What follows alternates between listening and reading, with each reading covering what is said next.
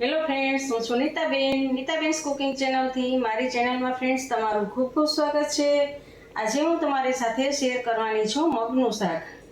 મગનું શાક તો બધા બનાવતા જ હોય છે, પણ આજે આપણે એક અલગ જ રીતે મગને બાફવાના અને ગ્રેવી બનાવીને ગ્રેવીવાળું મગનું શાક બનાવીશું.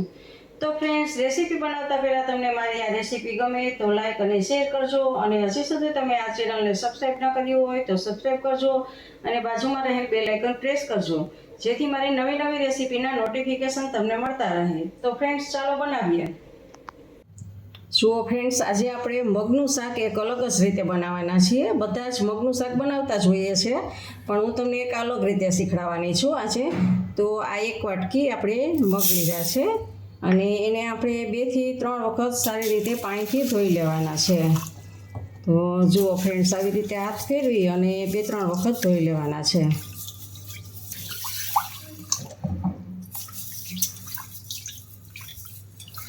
જુઓ ફ્રેન્ડ્સ, હવે આપણે બાફવામાં જ આપણે મીઠું નાખી દેવાનું છે.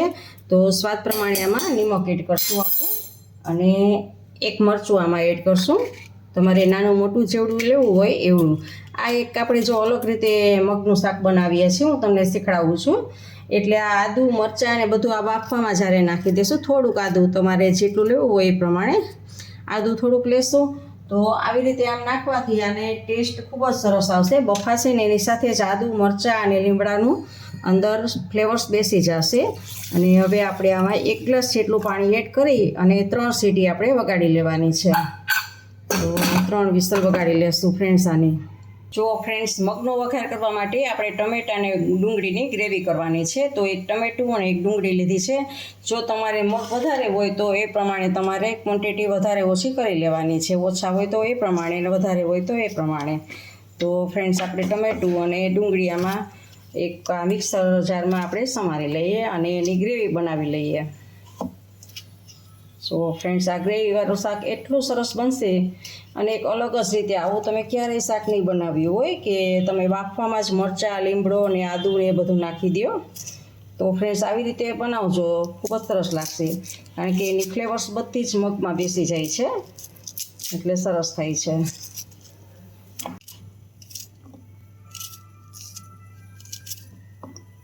તો હવે આને આપણે પીસી લઈએ. તો ફ્રેન્ડ્સ, આપણા મગ બફાય છે ત્યાં સુધીમાં આપણી ગ્રેવી પણ તૈયાર થઈ ગઈ છે. જો આ ગ્રેવી બનાવી લીધી છે. જ્યાં સુધીમાં મગ બફાય ત્યાં સુધીમાં આપણે બીજા મસાલા તૈયાર કરી લેવાના હોય છે. જુઓ ફ્રેન્ડ્સ, 3 સીટી વાગી ગઈ હતી અને આપણા કુકરમાં હજી મગ બફાણા નહોતા, એટલે પાછું મેં 2 સીટી કરવા માટે રાખેલા હતા. તો 2 સીટી કરી અને પાછા આપણે જોશું તો લગભગ હવે થઈ ગયા હશે. જુઓ ફ્રેન્ડ્સ, મગ થઈ ગયા છે. બસ ફ્રેન્ડ્સ, મગને આવા જ બફાવા દેવાના છે, આખા રીએ એવી રીતે. અને જો આવી રીતે આમ કરીએ એટલે આમ થઈ જવા જોઈએ. કારણ કે જો વધારે બફાશે ને તો એકદમ આપણે એને વઘારશું ને હલાવશું ને એટલે પીંડા જેવા થઈ જશે. તો ફ્રેન્ડ્સ, આ આપણા મગ જો અંદર મરચાં અને બધું જ બફાઈ ગયું છે, અને આની ફ્લેવર્સ બધી જ મગમાં બેસી ગઈ છે. આ એક આપણે મગ બાફવાની અલગ જ આપણે સ્ટ્રીકથી મગ આપણે બાફ્યા છે, એટલે આ આપણી અલગ રીત છે મગ બાફવાની. તો હવે આપણે આને વઘાર કરશું. જુઓ ફ્રેન્ડ્સ, મગ વઘારવા માટે એક વાસણ ગેસ ચાલુ કરી અને વાસણ લઈ અને એની ઉપર 2 મોટા ચમચી તેલ મૂકેલું છે, 2 પાવરા તેલ આપણે. અને હવે આપણા જુઓ આ ખડા મસાલા છે. સૂકું મરચું છે, તમારા તજપત્ર છે, લીમડાના 2-4 પાન છે, 2-3 લવિંગ છે, નાનો એવો તજનો ટુકડો છે, અને આ હિંગ છે. આ આપણા ખડા મસાલા છે. તેલ આવે એટલે બધા જ આપણે એકી સાથે એમાં નાખી દેશું. જુઓ ફ્રેન્ડ્સ, આપણું તેલ આવી ગયું છે. તો હવે આપણે ગેસને ધીમો કરી દેશું, જેથી આપણા મસાલા બળી ના જાય. અને આ બધા જ ખડા મસાલા મેં તમને બતાવેલા છે એ બધા જ એકી સાથે એમાં એડ કરી દઈએ. અને હવે આપણે થોડી એમાં રાઈ એડ કરશું અને થોડુંક એમાં જીરું એડ કરશું. રાઈ ને જીરું તતડે એટલે આપણે એમાં હિંગ એડ કરશું. તો આ અડધી ટીસ્પૂન જેટલી આપણે હિંગ એડ કરેલી છે, અને બધું જ સારી રીતે સતળાઈ ગયું છે. તો હવે આપણે એમાં ગ્રેવી બનાવેલી છે 1 ટમેટું અને ડુંગળીની, એ ગ્રેવીને એમાં એડ કરશું.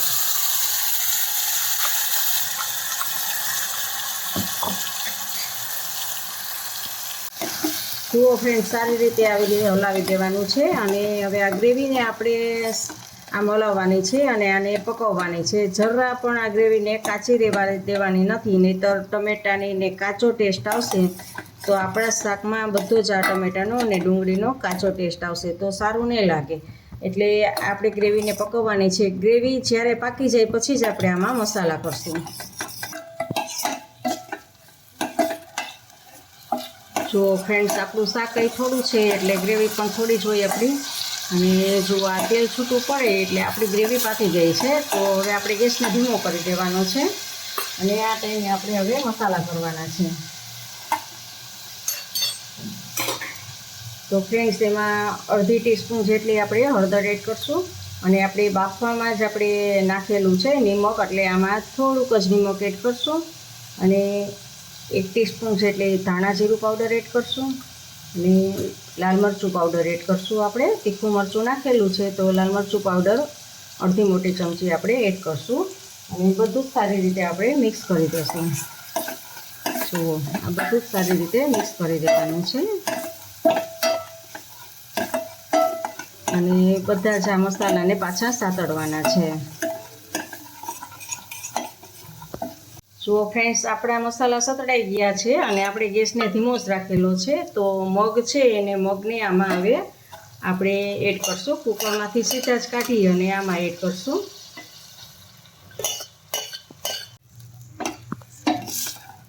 જુઓ ફ્રેન્ડ્સ, આપણે આ સારી રીતે મિક્સ કરી દેવાનું છે અને જો તમારે મગભાત બનાવવા હોય તો હજી આના કરતાં 1 સીટી વધારે વગાડવાની છે, એટલે એકદમ રસો ગળી જાય, આની સાથે ભળી જાય એવા આપણા મગ બનશે.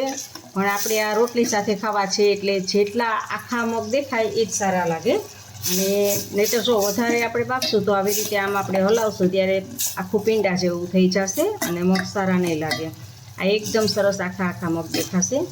અને હવે ફ્રેન્ડ્સ જુઓ, આ તેલ છૂટું પડશે અને ઉપર આવશે એટલે આપણે હવે આમાં ગોળ એડ કરશું. આમાં ખાંડ એડ કરવાની નથી ફ્રેન્ડ્સ, ગોળ જ સારો લાગશે. તો ગેસને હવે આપણે ધીમો કરી દઈએ ને થોડોક, જુઓ તમારે જેટલો તમને ગળાશ ભાવતી હોય એ પ્રમાણે ગોળને, આપણે ટમેટું છે ખટાશ માટે એટલે ગોળ, આપણે ખાંડ તો એડ કરવાની જ નથી, આમાં ગોળ જ સારો લાગશે. અને થોડોક આપણે ગરમ મસાલો એડ કરશું, થોડોક ચપટીક આપણે ગરમ મસાલો એડ કરશું અને સારી રીતે ગોળને અંદર મિક્સ કરી દઈશું. તો આમ સારી રીતે આને મિક્સ કરી દઈશું. ફ્રેન્ડ્સ, આનો આપણે રસો બનાવવા માટે જે મગનું પાણી વધેલું હતું એમાં બધા જ વિટામિન્સ વહી ગયા હોય એટલે એ પાણી આપણે જવા દેવાનું નથી. એ પાણી જ આમાં એડ કરશું. આપણે જેટલો રસો કરવો હોય એ પ્રમાણે પાણીને આમાં એડ કરવાનું છે. જો એમાં તમે પાણી ઓછું મૂક્યું હોય અને પાણી ના હોય તો પછી આપણે સાદું પાણી જે માટલાનું હોય એ જ આમાં એડ કરશું અને આને હવે આપણે પકવવા દઈશું અને ઢાંકણ ઢાંકી દઈશું. અને આપણે જો ઢાંકણ ઢાંકી અને ધીમા ગેસે હવે આને 2 મિનિટ થવા દઈએ. જુઓ ફ્રેન્ડ્સ, 2 મિનિટ થઈ ગઈ છે અને જુઓ આપણે રસો પણ સરસ એવો પાકી ગયો છે. તો હવે આપણે આ ટાઈમે આને લીલા ધાણા આમાં એડ કરશું. તમારે જેટલા તમને નાખવા હોય એ પ્રમાણે, અને ના નાખો તો સ્કીપ પણ કરી શકો. આ કાંઈ ફરજિયાત નથી લીલા ધાણા એડ કરવા, પણ લીલા ધાણાથી ટેસ્ટ થોડોક સારો આવતો હોય છે. તો ફ્રેન્ડ્સ, આ રીતે તમે મગનું શાક બનાવશો ને તો ખૂબ જ સરસ લાગશે અને રોટલી 1 થી 2 બધા જ વધારે ખાશે અને ખૂબ જ એવું આ શાક બને છે. ટેસ્ટમાં તો બહુ જ વધી જાય છે. તો ફ્રેન્ડ્સ, હવે ઢાંકણ ઢાંકીને આપણે ગેસ બંધ કરીને રહેવા દઈએ. તો ફ્રેન્ડ્સ, આને આપણે સર્વિંગ બાઉલમાં લઈએ.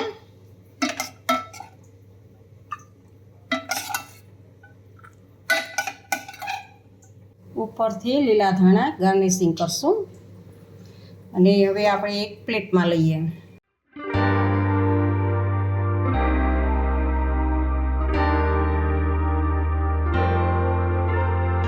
આપણું મગનું શાક ને રોટલી તૈયાર છે.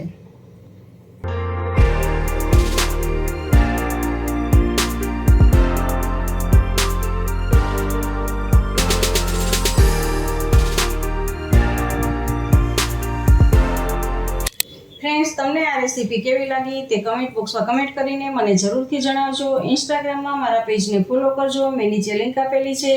તમને મારી રેસીપી ગમે તો લાઈક કરીને તમારા ફેમિલી મેમ્બર્સ અને ગ્રુપમાં શેર કરજો અને મારી ચેનલને સબસ્ક્રાઈબ કરવાનું ભૂલતા નહીં. આવજો, બાય. ફરી મળીએ નવી રેસીપી સાથે.